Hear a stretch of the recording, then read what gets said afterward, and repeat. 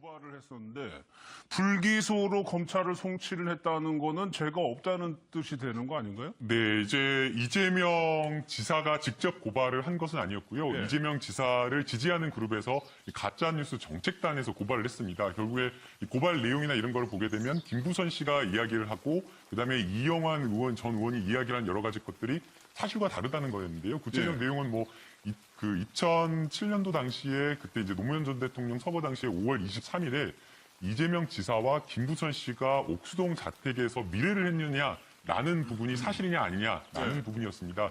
이제 여기에 대해서 이재명 지사 측에서는 팩트가 다르다. 김부선 씨가 페이스북에 그 당시에 이제 올린 내용을 보게 되면 김부선 씨는 서울에 있지 않았고 역시 이재명 지사도 역시 마찬가지로 그 당시에 노무현 전 대통령이 돌아가셨던 그 서거 당시의 날짜나 이런 것들을 그렇죠. 고려하면 네. 팩트로서 명백하게 이것은 허위 사실이다라고 이렇게 본 것이고요.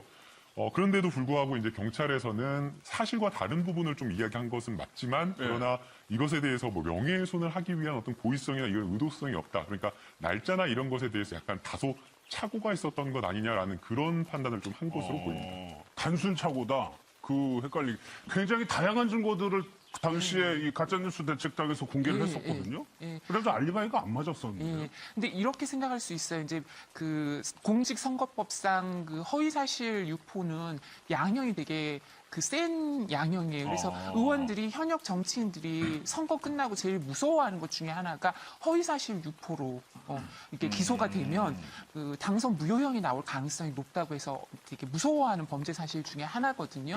근데 이와 관련해서 그렇기 때문에 양형이 뭐 5년 이하의 징역 뭐 이런 식이기 때문에 그 허위사실 유포랑 관련해서는 이제 속된 표현으로 배지가 왔다 갔다 할 수 있고 그렇죠. 여기 있는 도지사직이 왔다 갔다 할 수 있기 때문에 여기 있는 도지사직이 왔다 갔다 할 수 있기 때문에 수사기관이든 아니면 재판 법원에서든 이 부분에 대해서는 엄정하게 그러니까 저희가 범죄 성립 요건을 범죄 엄정하게 성립 보는군요. 요건을 아주 엄정하게 볼 수밖에 없는데요. 근데 이 경우에 또 그런 부분이 있어요. 이제 김영환 전 의원의 경우에는 김영환 의원의 경우에 이제 이 부분에 대해서 허위 사실이 아니라고 믿었을 만한 여러 가지 이유가 있었다. 그러니까 단순 착오뿐만 아니라 뭐 여러 가지 제보라든가 뭐 여러 사람의 진술 뭐 이런 걸 봤을 때 이 사람이 이런 착오를 일으킬 만한 그리고 이게 사실이라고 믿을 만한 근거도 조금은 있었다. 이러면 그러면 이제 허위 사실 유포가 안 될 수가 있거든요. 근데 이제 아마 이게 좀 납득하기 어려운 점도 있을 것으로 생각이 되는 게 이재명 지사 같은 경우에도 역시 마찬가지로 김부선 씨에 의해서 허위사실 공표죄로 고소 고발이 당한 상황인 겁니다. 근데 이제 여기에 대해서 경찰이 실제 김부선 씨와 이재명 지사가 미래는 하지 않았다. 여기에 대해서 확인할 수 없다라고 이렇게 했기 때문에 사실상 그 반대 측면에 있는 이재명 지사가 김부선 씨를 고발한 내용이 혐의 있음 이런 식으로 나와야 되는데 그렇게 지금 나오지 않았다라는 점에서 아마 조금 의아하다라고 생각이 되는데요.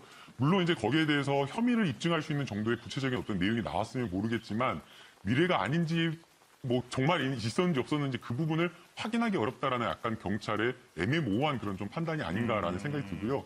이영환 전 의원 같은 경우에는 표현이나 이런 것들을 보게 되면 미래가 있었던 걸로 추정이 된다. 이재명 지사에게 여기에 대한 구체적인 답변을 원한다라는 그런 표현을 썼기 때문에 단언을 하진 않았지만 김부선 씨 같은 경우에는 굉장히 여러 차례 방송이나 언론 등을 통해서 단언하고 그렇게 이야기를 했다고 한다면 사실은 여기에 대해서는 좀 허위사실 공표가 인정돼야 되는 것은 아닌가라는 그런 좀 의구심이 경찰 단계이기 때문에. 그런데 최 박사님 재밌는 거는 이런 내용을 이재명 지사는 이미 다 예언을 하고 있었다는 겁니다. 신통한 예언력을 있는 듯이 이제 지난 4일 날 SNS에 올렸어요. 예상컨대 명백한 허위 사실 공표한 김영환, 김부선은 무혐의 송치될 것이다.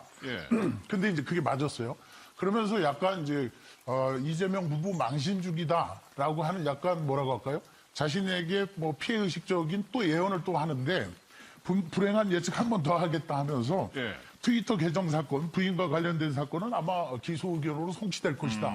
이렇게 했는데 어떻게 될지는 이제 모르겠죠. 그러면서 우리 부부 망신 주기로 가고 있다.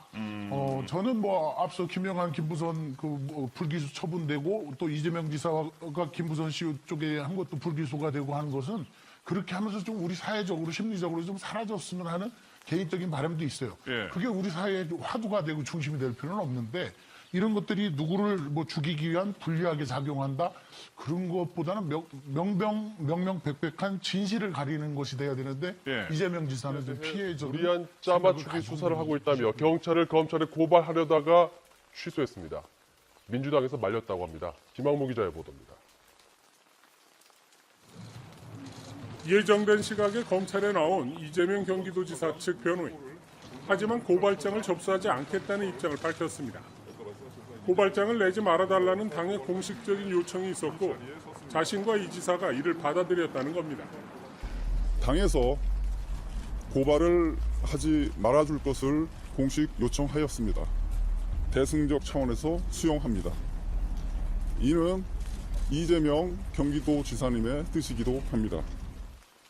이 지사가 속한 민주당은 여당 소속 단체장이 국가기관과 각을 세우는 게 바람직하지 않다는 뜻을 전한 것으로 알려졌습니다.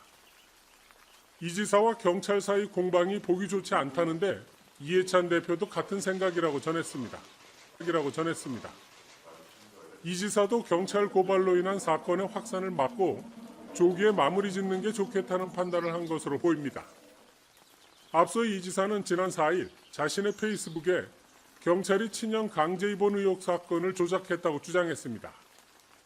친형을 강제 입원시키는 과정에서 직권을 남용했다고 판단하고 이에 맞추기 위해 혐의 내용을 조작했다는 겁니다.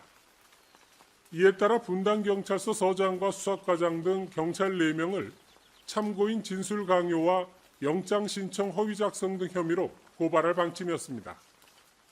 경찰은 이 지사 수사는 검찰 지휘로 공정하게 진행했고 그동안 있었던 4건의 압수수색에서 검찰과 법원의 충분한 기록 검토가 있었다고 밝혔습니다.